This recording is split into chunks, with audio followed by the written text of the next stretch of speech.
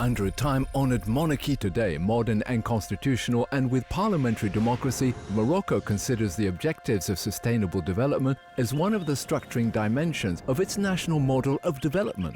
Back in 2010, at the United Nations General Assembly, His Majesty King Mohammed VI called on the international community to engage in a forward-thinking process in anticipation of the post-2015 era.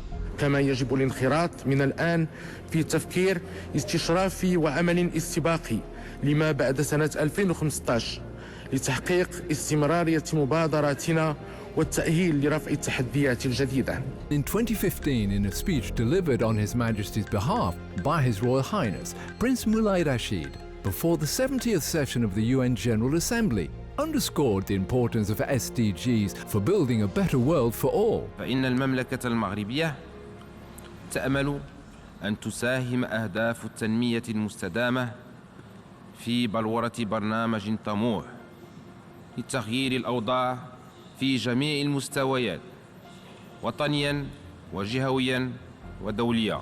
Since the 2000s, Morocco has undertaken a series of structural reforms, investing 1/3 of its GDP in economic and social infrastructure, fighting poverty and social inequalities, promoting natural resource development, and reducing the effects of climate change. To bolster the institutional framework for SDGs implementation, the government has set up the National Commission for Sustainable Development, chaired by the head of government. The High Commission for Planning, an institutionally and operationally independent body from the government, is mandated to monitor and evaluate SDGs-related achievements in partnership with the United Nations system in Morocco. Thanks to the National Initiative for Human Development, launched in 2005 by His Majesty the King, remarkable advances have been made in the fight against poverty, precariousness, and exclusion. The initiative primarily targets women and youth, especially in rural and suburban areas, in order to improve access to healthcare, education, literacy, training, and social inclusion.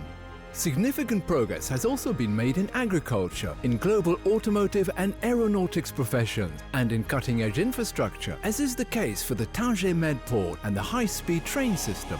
Renewable energies are witnessing a continuous expansion. While the North Solar Power Station in Ouarzazate is among the world's largest, the kingdom is also home to Africa's biggest wind farm. In the wake of the COVID-19 crisis, the consolidation of all these sustainable development gains is a priority for re-energizing the economy.